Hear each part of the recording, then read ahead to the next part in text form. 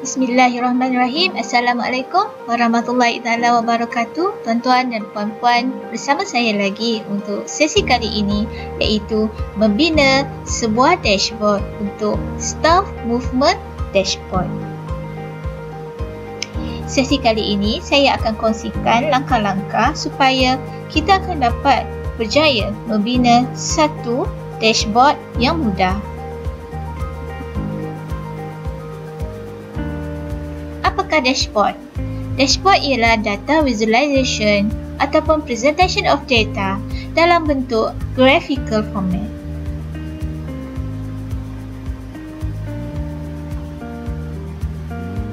Apakah Excel dashboard? Excel dashboard merupakan satu laporan yang mengandungi data, carta, graf, jadual yang dicerna melalui perisian Microsoft Excel.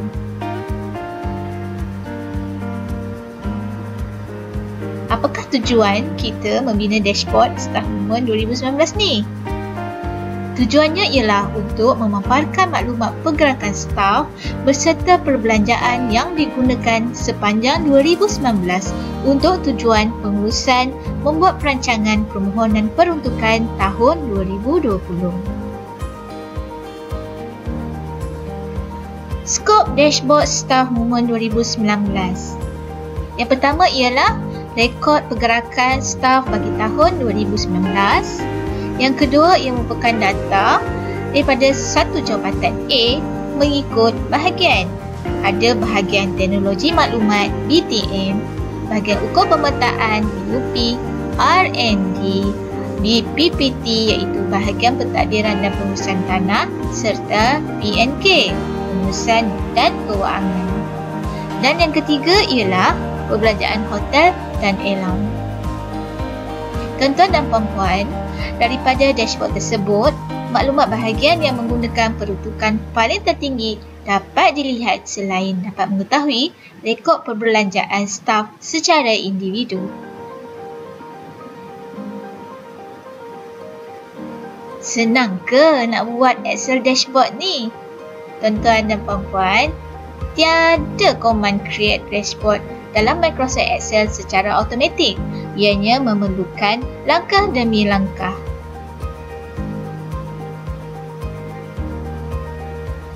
Konsep asas dalam pembinaan dashboard. Perlu ada 3 perkara ini, tuan-tuan dan puan-puan. Perlu ada data, perlu ada pengiraan, perlu ada dashboard. Untuk memudahkan worksheet kita lebih tersusun, seeloknya ada ketiga-tiga tab sheet berikut, iaitu data, pengiraan dan dashboard. Apakah fungsi-fungsi penting yang perlu ada? Untuk dashboard, mesti ada table yang mengandungi data, mesti ada pivot table untuk memudahkan penggunaan formula, mesti ada slices dan filters untuk menunjukkan interaktiviti dan kemudahan untuk menapis maklumat yang diperlukan, dan semestinya mesti ada formula serta formatting untuk mencantikkan reka bentuk dashboard. Tuan-tuan dan puan-puan pernah guna fungsi-fungsi di atas? Ingat ke lagi? Jom kita buat sesi latihan amalkan diri bagi membina sebuah dashboard untuk staff movement. Kita buat sampai jadi.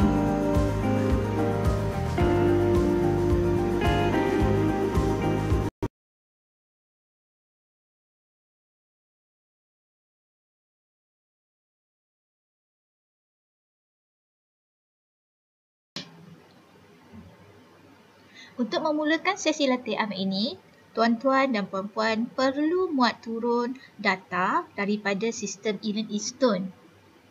Muat turun staff.excel. Apabila tuan-puan membuka fail ini, telah didapati data staff data telah disediakan. Seterusnya, tuan-tuan dan puan-puan perlu wujudkan table dengan cara insert, table, highlight ya, berserta dengan header, ke bawah,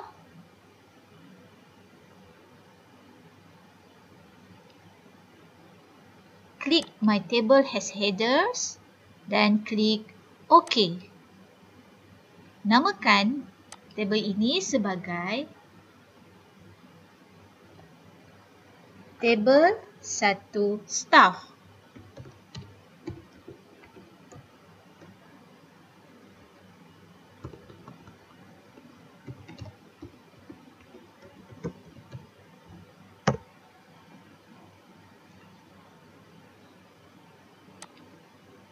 Langkah kedua, tuan-tuan dan puan-puan perlu wujudkan pivot table.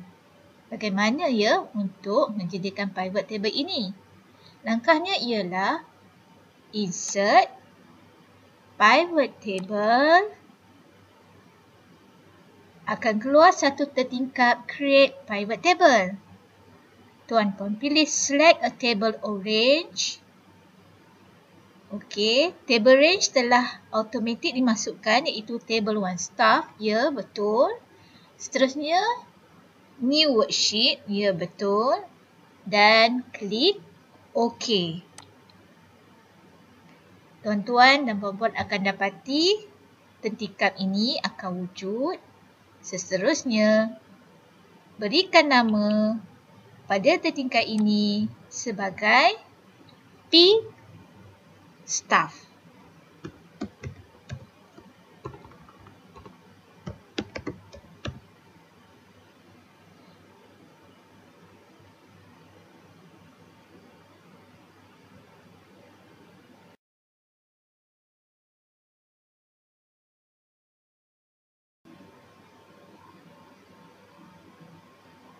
Langkah seterusnya ialah membuat setting kepada P staff. Pada tertingkap pivot table field di sini, klik dan seret staff name di ruangan filters.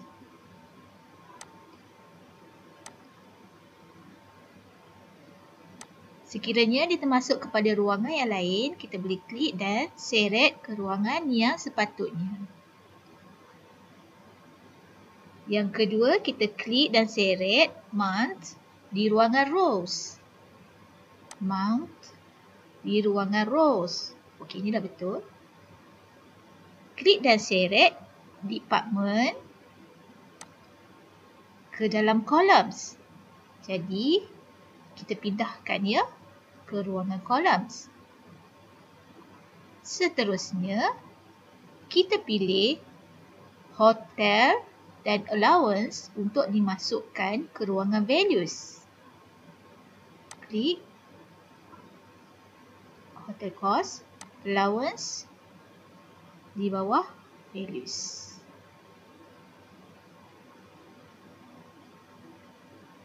Satu pivot table telah dihasilkan.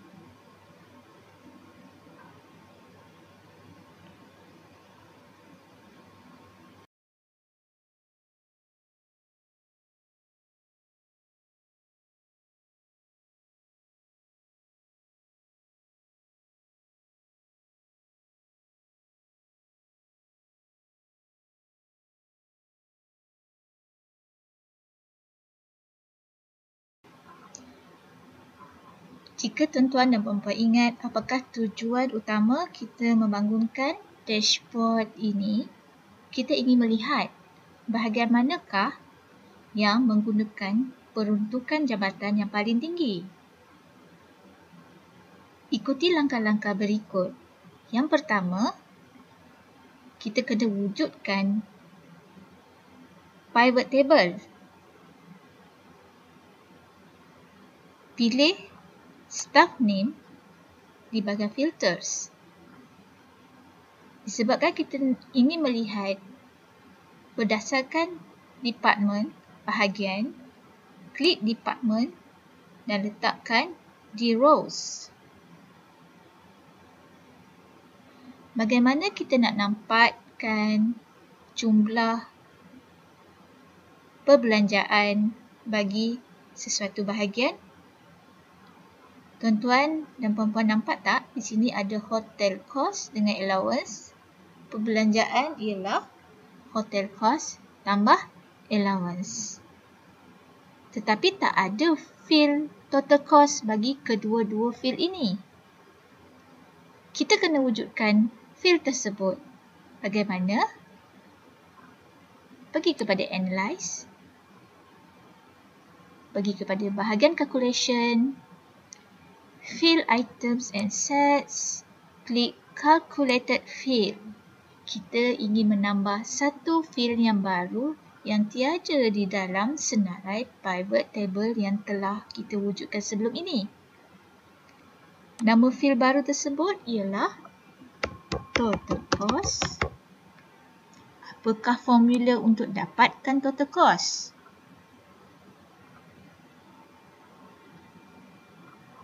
Formulanya ialah sama dengan hotel cost tambah allowance. Add dan OK. Nampak di sini telah terwujud total cost untuk department. Kalau tuan-tuan dan puan-puan tengok dalam pivot table ini, untuk bahagian pengurusan tanah RM55,000, bahagian teknologi maklumat PTM RM39,000, bahagian ukur pemetaan RM34,000 dan seterusnya. Maka kita telah berjaya mendapatkan berapakah jumlah peruntukan yang digunakan oleh setiap bahagian. Bagaimana kita nak tunjukkan bagaimanakah yang menggunakan peruntukan yang paling tinggi? Kita boleh paparkan menggunakan pie chart.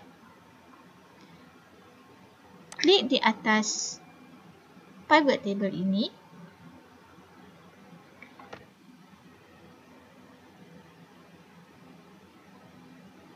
Pergi kepada pivot chart. Pilih pie chart. Dan klik OK.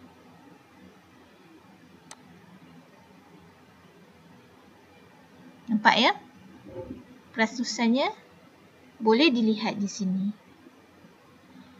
Kita akan nampak BPPT adalah portion yang paling tinggi.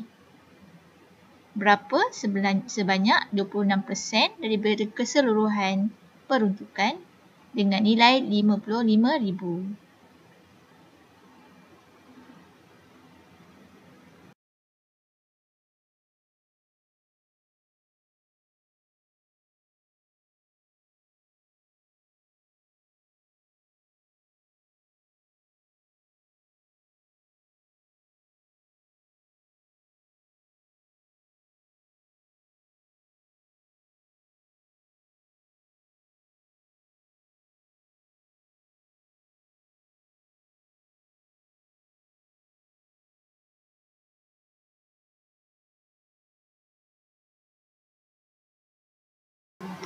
Tuan-tuan dan puan-puan, setelah mereka bentuk paparan di sini, saya telah alihkan sedikit kita punya catapai. Nanti kita boleh ubah lagi.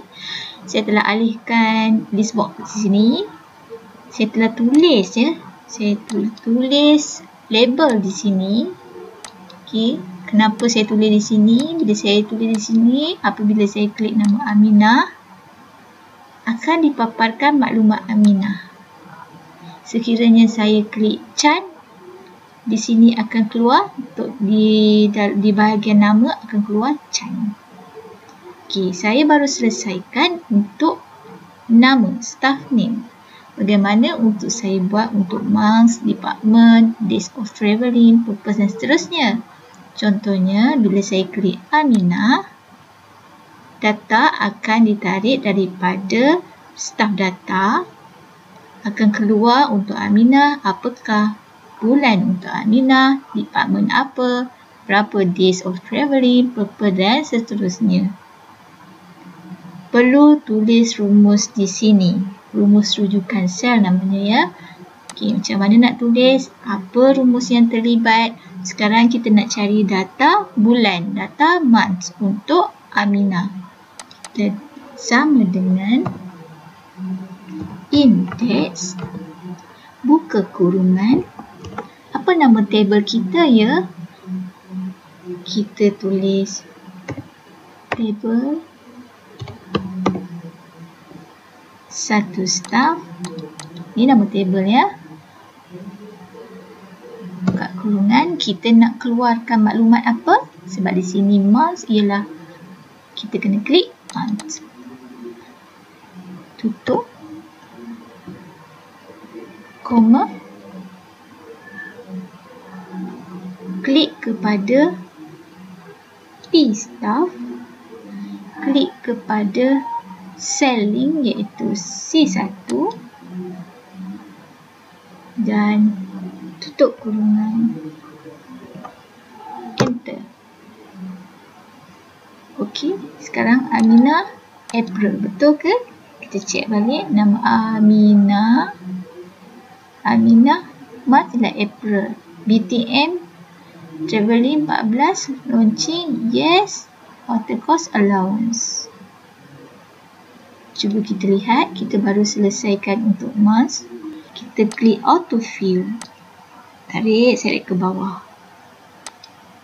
Okay, ini tak perlu ya, sampai sini. Tapi salah kan? Sebab ini months, kenapa keluar nama? Nama Abu dah betul dah. Buat Abu. Okay, months, kita tukar sikit rumusnya. Months, kita tukar nama kat sini. Kita letak months. Okey. Department, kita tukar rumus di sini. Staff name, kita tulis department. Enter. Okey. Days of travelling, kita tukar jadi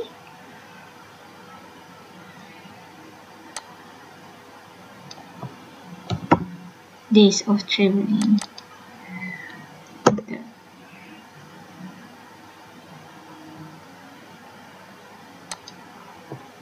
Sampai 2 kali ya. Days of travelling.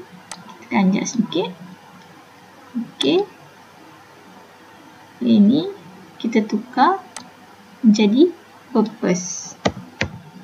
Purpose of travelling. Enter. Site visit. Ini kita tukar menjadi hotel cost.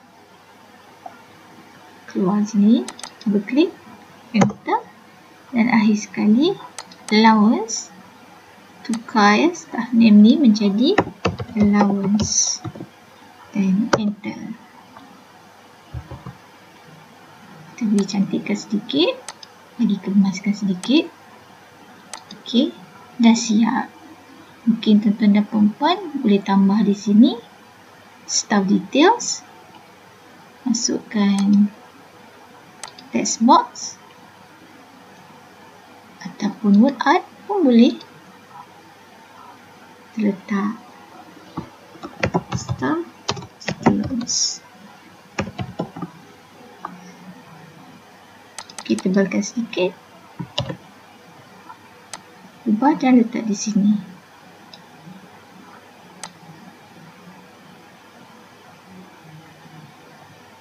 Ikut kreativiti masing-masing ya.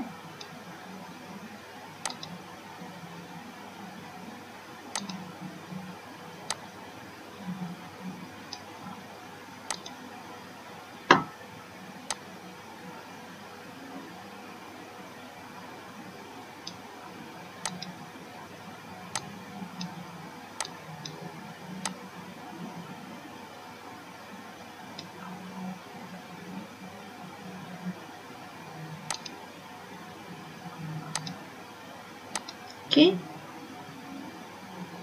Kata kita ubah sedikit.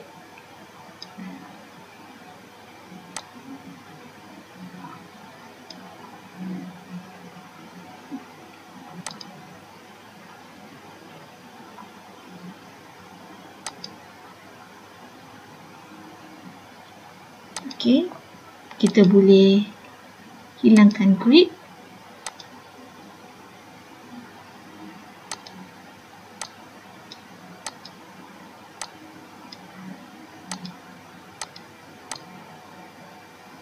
Kita boleh letakkan warna.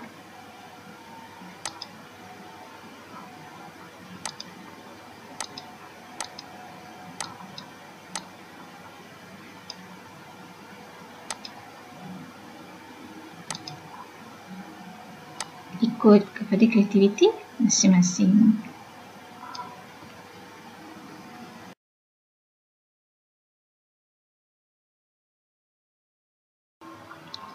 Untuk menghasilkan dashboard yang lebih menarik, kita boleh memasukkan slices.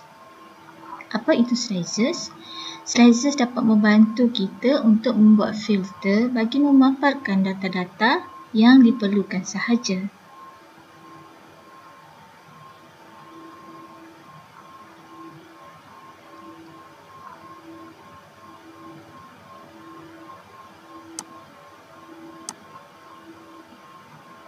Untuk menjadikan dashboard lebih menarik, kita boleh membina slices. Untuk memasukkan slices, kita perlu mewujudkan satu pivot table yang baru, iaitu kita pergi kepada insert, pivot table, table range.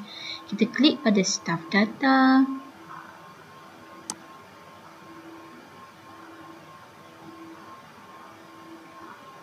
Kita pilih satu table ya, bernama table 1 staff. Okay, existing worksheet, menggunakan worksheet yang sedia ada dan OK. Pilih field di dalam pivot table yang bersesuaian. Iaitu kita ambil staff name, letakkan pada filters, month, kekalkan pada rows, department, kita letakkan pada columns, dan akhir sekali days of travelling.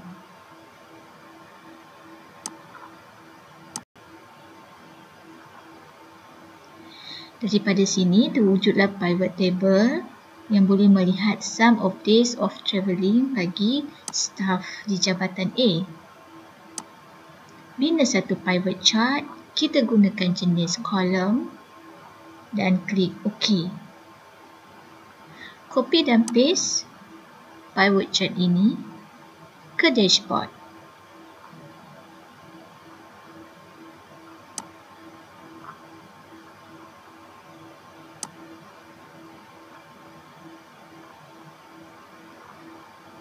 Susun atur bagi kemas. Seterusnya, bolehlah kita memasukkan slices. Pergi kepada Analyze, Insert Slices. Pilih field yang ingin dibuat slices. Kita pilih Month and Department. OK. Susun atur sehingga kemas.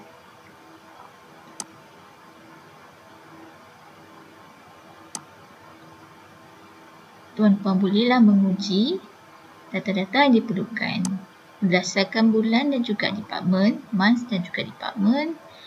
Graf di bawah akan berubah.